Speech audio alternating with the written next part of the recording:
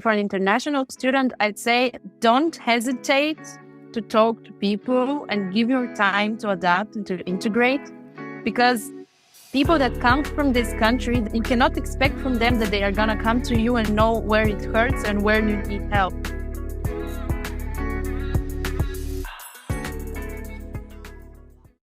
Okay, welcome to the Home Abroad podcast. Today we're going to be speaking with Sonia about her experience living with German roommates.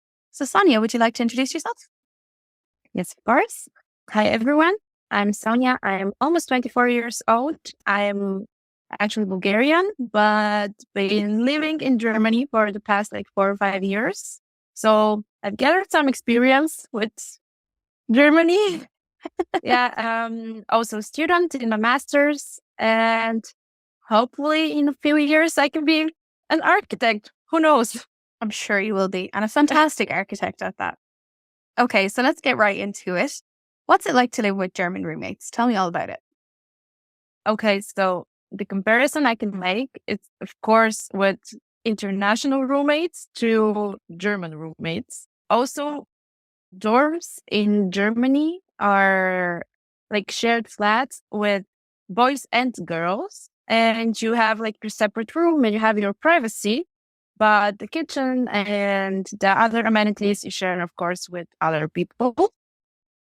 So I've noticed that Germans, they find a very roundabout way to tell you what they need from you. So they won't be brusque when they're telling you what they want you to do, but they'll be a bit are they a bit passive aggressive maybe? Not really. I don't know.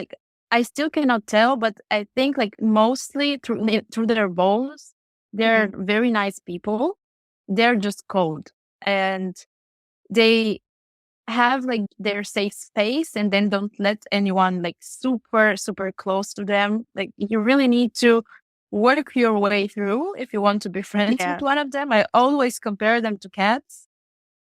Most of them are not happy for me comparing them with cats, but it's the true people. That's such a funny comparison. Yeah, because with the dog, a dog is your friend. A dog loves you. But with a cat, you have to go there with a bit of food, a bit of something, please, love me. And they're just gonna be nah. That's so funny. So you have to earn the affection of a German person. You have to earn exactly. Yeah, that's such a funny comparison. So you'd say, yeah, they're very tolerant, but maybe not straightforward when they want to tell you to bring the bins out. Exactly. Perfect. Are there certain dynamics that you think people should be aware of when they're moving in with German housemates? Is there anything that you let people know before they start living with German people, maybe? Sometimes it feels very professional living with German people, especially, I don't know, probably the people I've lived with, we've never had such problems that I'd say, I'm moving out, I don't want to see you anymore. We never had something like this. But if you're not moving with your friends, you mostly have to be prepared that it's a very, I don't know, a bit of not of a cold dynamic, but a very grayish dynamic that everyone does their stuff. You don't always know what your flatmate is doing, what they're about or something. Only if you ask them, you can try to get to know each other, but it's never gonna be starting a conversation. Hey, my day was like this, and I did something like this and this. It's very a shared flat. It's just this. But if you live with friends, then of course it's something completely different. So it's probably quite individualistic when you're living with German people. Everyone keeps to themselves and has their own little lives, and you might not interact that much unless you're already friends. Yeah, exactly. Okay. Yeah. Very interesting. Did it take you long to adapt to living with German housemates? Not really, because I've moved actually 3 times or 4 times. The first time, it was just for a month. So I was searching for a dorm room in Stuttgart. Also, for everyone who decides to move to Stuttgart, please start searching very early on, because there's no space. And if you want to find something nice, then you have to really try it, because most of the rooms are rented between friends and friends. So it's very tricky to actually find something. But yeah, so the first experience was just for a month with two older guys than me that were Germans. And those people, they do not know what it's like to actually have some privacy, in the meaning of, please don't walk around the apartment with your boxer shorts. I don't know you. Please don't. That's so funny. It's so funny. Imagine I'm like 19 years old. I just moved to Germany and someone's knocking at the door. So I opened the door of my room and my flatmate, he was like quicker than me. And I just opened the door and I see him talking to someone at the door, almost naked. I'm like, oh, okay, so we closed the door. We weren't here. No. That is so funny. I feel like I'm also such a shock to the system as a young student, just moving to a new city to start studying, and you live with two 30-year-old men. Yeah, it was. I was actually lucky to have some things just for a month. And then I got from like the agency to the university or something. I managed to find a room, like a dorm room, where I spent like almost 2 years. And we were 5, I think. So there was a bit of a change or something. And the Germans I've lived with have been very different from each other. There was this girl who was always like, yeah, we need to clean this. We need to clean that. We need to do this. And I was like, I don't have the free time. I'm not always here. There was this guy that was super chill. For him, everything was like, okay, just go with the flow, just go with it. It's not a problem. And I've had also a roommate that for almost a year got his girlfriend, who was from France, I think, or something, to live with us in the student dorm. Very kind of him. The beds are single beds, and I know for a fact that he didn't change the bed. Oh, God. Or I think I never heard him like rushing through a door with a new mattress or a new bed. So I don't know. I don't know. They must have a really good relationship. A year in a single bed is wild. I can't, like, a year sharing a single bed is wild. Yeah. I can't imagine that. Yeah. So when you lived in dorms, did you live with German people then as well? And also now? Or what way does it work? Then I think we were always like 2 or 3 people who were somehow international from other parts of Europe, Erasmus students or people from East Asia. But then when I moved to my previous apartment, we were 3 girls. 2 of them were German and it was me, the third one. And it was actually pretty cool dynamic. I never actually wanted to move out from there, but a pretty close friend of mine, I can also say like my best friend, she didn't like her dorm room.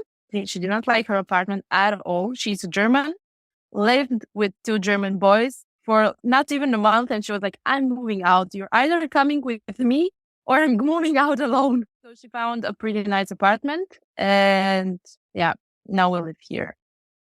So you live with a German person, but it's also your best friend. That's good. That's a nice little scenario. Did you guys meet there or were you friends before? We were friends before. We actually known each other from university, but we were never friends there. We did both like a student internship at an architectural firm where we actually started like a more of a friendshipy connection. And then from gossip to gossip, we were like, yeah, let's move in together. Yeah. And it's actually pretty funny because most people say, yeah, people from Southern Europe, you're so warm, so happy, so cheerful, so nice. And Germans are so cold, so they keep to themselves. And the funny thing is, my flatmate, she is super cheerful, super nice, always oversharing. And I'm the one that keeps to herself and always like super like secretive and like, I don't want to talk. I love that you just said, no, I'm not into that stereotype. Switch it up. We're going the other way around this time. I love that. Tell me, are there pros and cons to living with Germans? Like the pro is that no matter what the bills are and what happens and everything, you have a German roommate with you, like a German person living with you that can always translate something if you don't understand it, or if they don't understand something, then they have friends or parents, and you can get the system a bit easier and understand a lot more. But also sometimes it's pretty difficult because they don't really understand what kind of a step you took when you moved completely, like you switched the country from your hometown. That's actually so true, because I think I also, not that I noticed it when I moved here, but I think it's, or even for me, when I studied in Ireland, the first semester I was there, we lived with American people who had moved over. And I don't think I quite understood back then how big a deal it was for them to move to a totally different country. And it's so easy to be dismissive and be like, oh my God, get over the weather. It's not that bad. But also, Exactly. for them, it is really bad because they're coming from, not always, but a lot of them were coming from really hot and sunny climates. And then they came to Ireland, and it's such a shock to the system when you come from like a sunny place and then you end up in Galway where it rains all the time. Yeah. So it's so true. I think when you're native to that country, it's very easy to just be dismissive of the journey that it takes to actually get to a new country and live in a new country that you're not familiar with, especially when the language is not your first language. Like I'm quite lucky that here not most things, but a lot of things are available in English in the Netherlands. So I can imagine in Germany, they're a lot less friendly towards English speakers. Not even friendly, but a lot of things are not available in English in Germany. No, there's almost nothing available, but actually a pretty funny story with flatmates of mine. I told you, like, German people, they're not as straightforward as, for example, I am. Maybe I need to be more of a diplomat, but I cannot be. I'm telling things as I see them. Maybe it's a bit childlike, but we had a discussion that when I said I'm from other cultural heritage, I understand things differently. And if I do something, it's not always passive aggressive, and I don't mean it in a bad way. It's just the way things are. And one of my flatmates interpreted my sentences completely differently. And for them, it meant, yeah, I'm a snob, and I'm telling them that my education and the way I've been raised, it's better than the way they have been raised. I never meant it that way, but it was interpreted like this. And it was a situation where I thought I'm still a different person. 4 years here won't make me something new. You're not going to become German just because you lived there for a few years. Exactly. You still grew up in a completely different environment. Yeah. Yeah, that's a really good point to make, because I think it's one thing, like, it's definitely something I didn't really factor when I moved to the Netherlands. I didn't think about how culturally different it was going to be. I don't know why. I just had it in my head, like, still Europe, it'll still be the same, but it's incredibly different. Yeah. I think every country you go to, you have a completely different culture that you're dealing with and that you're getting used to. But it's also, again, as a native person, it's so easy to just go, you came here, so adapt to our culture. But it's not like you can just adapt to it that quickly. I'll never eat haggis. No. When you said it's still Europe, I have a colleague of mine. He comes from Mexico, and we had a very heated discussion because for him, you need 2 hours to actually get out of Mexico City. And in Europe, in 2 hours, we can be in another country. Yeah. So for him, Europe is just one thing. And we're all people that cannot agree that we're actually all the same. And pretty funny because Europe is actually, it's small, but we're all so different. We're alike, but also so different. Like, I think definitely Ireland is not as progressive as the Netherlands. And I don't think it's Germany either. I was so shocked at how progressive things were when I came here. And like, even I met some of my friends' parents, my Dutch friends' parents, and they were so progressive and so like in tune with what's going on and so comfortable having a conversation about gay rights and abortion and things that are really taboo in Ireland and that like we've only recently voted on. So for me, it was such a culture shock to come to such a progressive country. And it's an hour flight. It's an hour flight home. It's not far. It's an hour. Exactly. Yeah. It's not that much. Also, something else. Living with Germans to Germans, there's a super big difference because for some people that come from northern Germany, German in southern Germany is a foreign language. Yeah, really. They're, I don't know how to call them in English, but Germany is like divided in 16 like parts, I'd say. Like provinces? Provinces, exactly. I think, I don't know, like a federal. Or states. States. Yeah. Yeah. Exactly. I'd say exactly. And then someone be like, no, that's not true. So southern Germany, Baden-Württemberg, where Stuttgart is the capital, the people are Swabian. They speak Swabian German, which is very, I'd say, very like soft German, like cushiony. And if ich is I, they'd say ish. Ah, okay. I didn't know that. So there's also this thing where German can be also very foreign language to German. Yeah. So they have like different dialects across the country, but do they not? Yeah, they have different.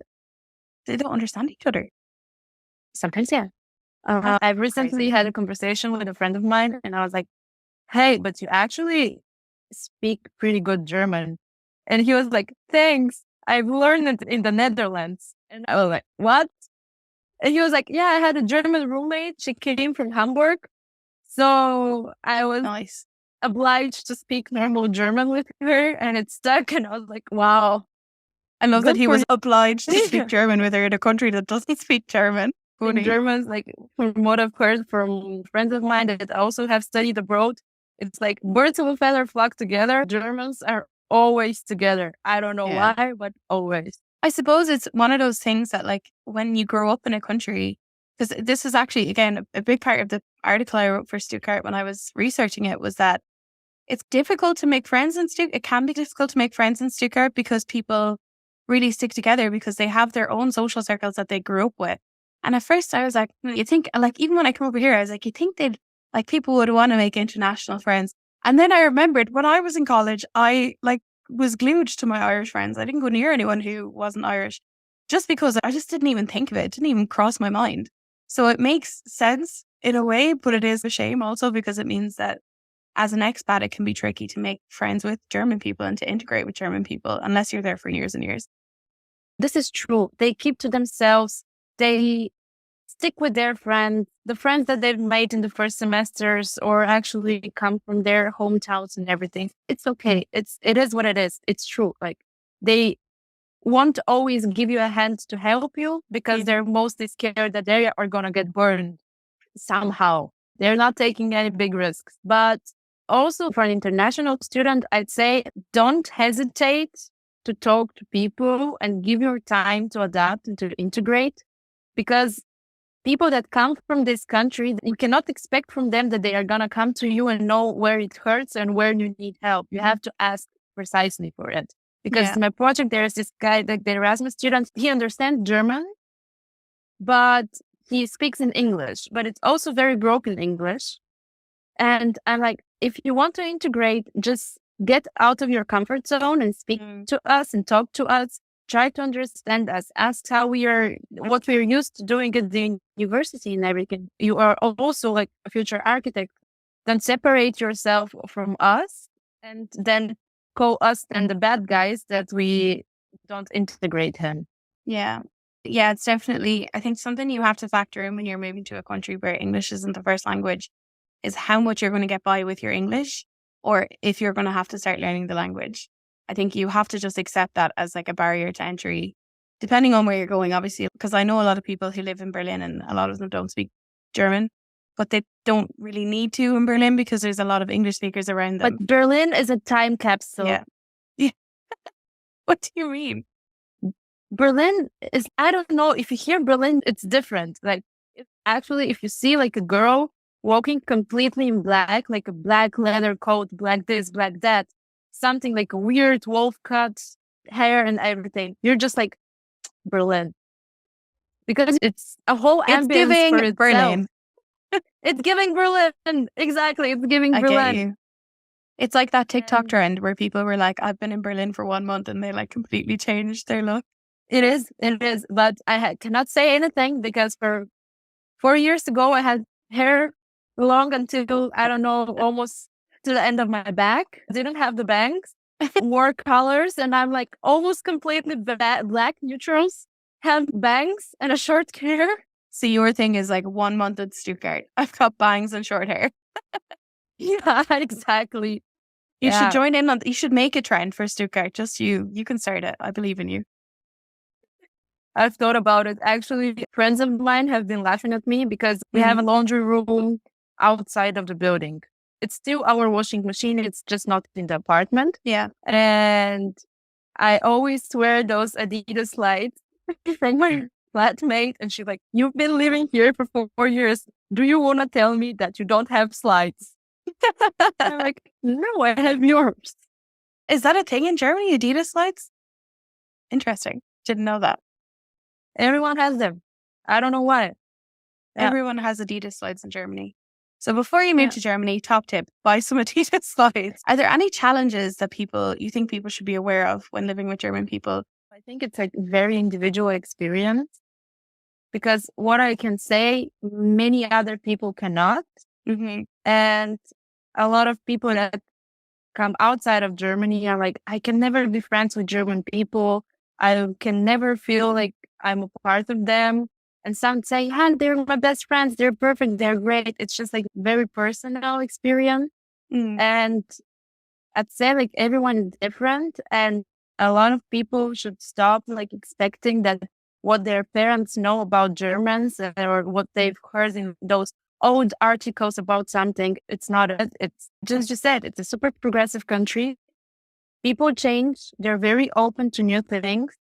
And most of the time, there are some people that can feel like scared by you or threatened by you because you're this ambitious person that has managed to come to their country and be like, hey, I'm here to make a change and to prove myself. That's such a good point because I think the biggest thing with, at least for me, in doing research for these interviews is that there are so many stereotypes about German people. But while I do think to an extent there is like certain truth to some of them, it's very difficult to say, oh yeah, all German people are sticklers for time. Because I have one German friend who's consistently late. I'm also consistently late, so I'm okay with it. Everyone is consistently late. Oh, okay. Just Google some stuff about the German train.